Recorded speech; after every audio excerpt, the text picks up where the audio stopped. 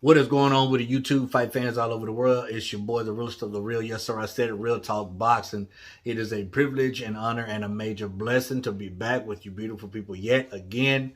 Listen, I was sitting in the living room a while ago, and I was watching the Bivol versus Canelo Alvarez fight again. Just trying to get a different perspective on it, trying to get a different outlook and a better understanding. Why is my headgear up there? My headgear is supposed to be down. My wife come in. She always moving stuff around, man. Forgive me. I got a little bit off track. Hold on. I don't like... Yo, man, don't come in here and just be moving my stuff, bro. Like...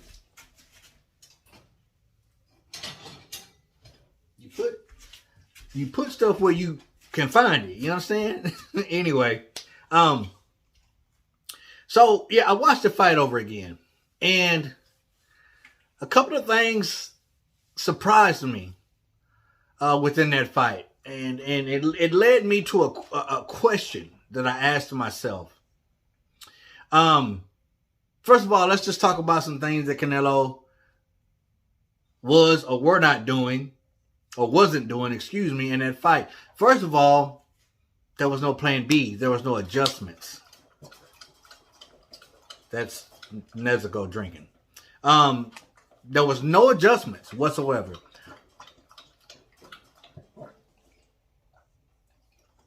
Thank you. Excuse me, y'all.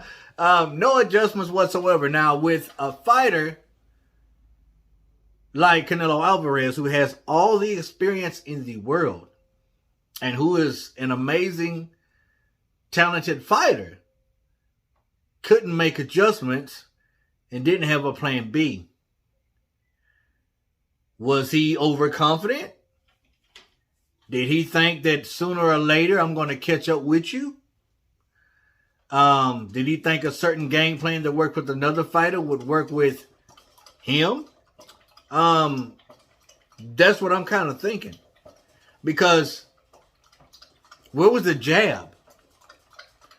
The uppercuts were landing quite decently, but there wasn't many of those.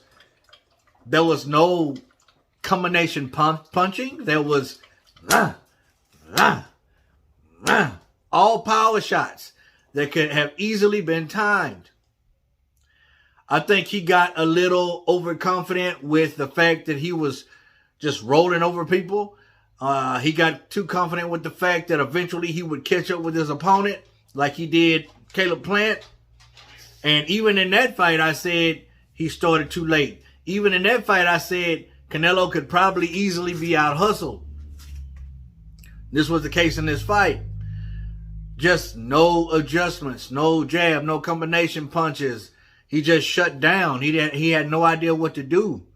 And a lot of that had to do with Bivol, hands down. But a fighter with the experience and ring generalship that Canelo has should have made adjustments very quickly. Very, very quickly. But I think he got caught up in the fact that I'm going to eventually catch up with this guy and I'm going to knock him out. It's not going to happen that way all the time. So I started asking myself this question.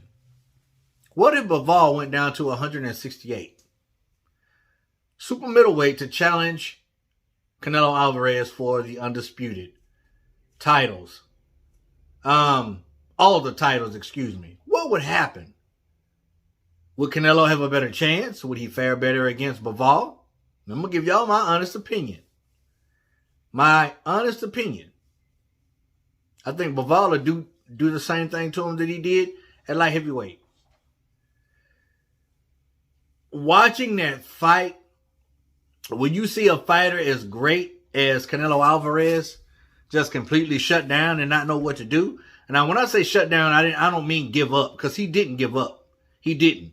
But there was frustration shown. There was confusion on his face. He didn't have a clue. 9 times out of 10, that means that fighter that's making you feel this way has your number. Some of you are not going to agree with that. But there's some fighters out there, I've said it before, with Tyson Fury and Deontay Wilder. I've said it before, way back in the day before I started this channel, that Vernon Forrest had Shane Mosley's number. Is that Vernon Forrest? Yep, Vernon Forrest. What's my man's name? Antonio Tarver had Roy Jones' number.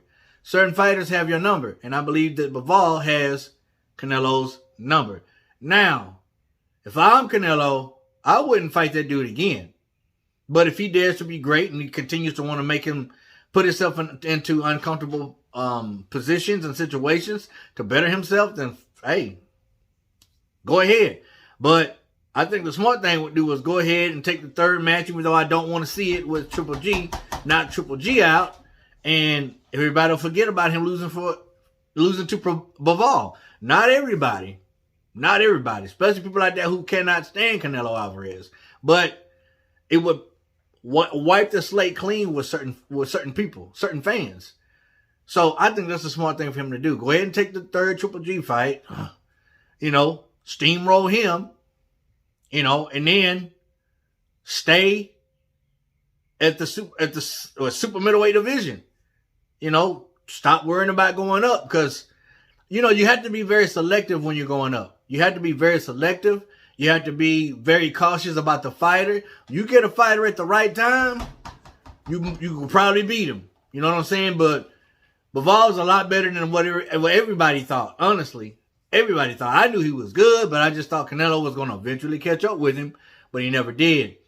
In this case, like I said in my last video, size did matter. It mattered this time. And I believe if Bivol elected to go down to super middleweight to challenge him for Undisputed, Canelo that is, I think that Bivol would beat him in the same fashion. Because I think Dimitri Bivol has Canelo Alvarez's number. Just saying. What are your thoughts on it, man? Comment down below. Give me your opinion. Let me know. As always, respect all, fear none. God bless. Till the next time, Real Talk Boxing. I'm up and I'm out of here, baby. Boom.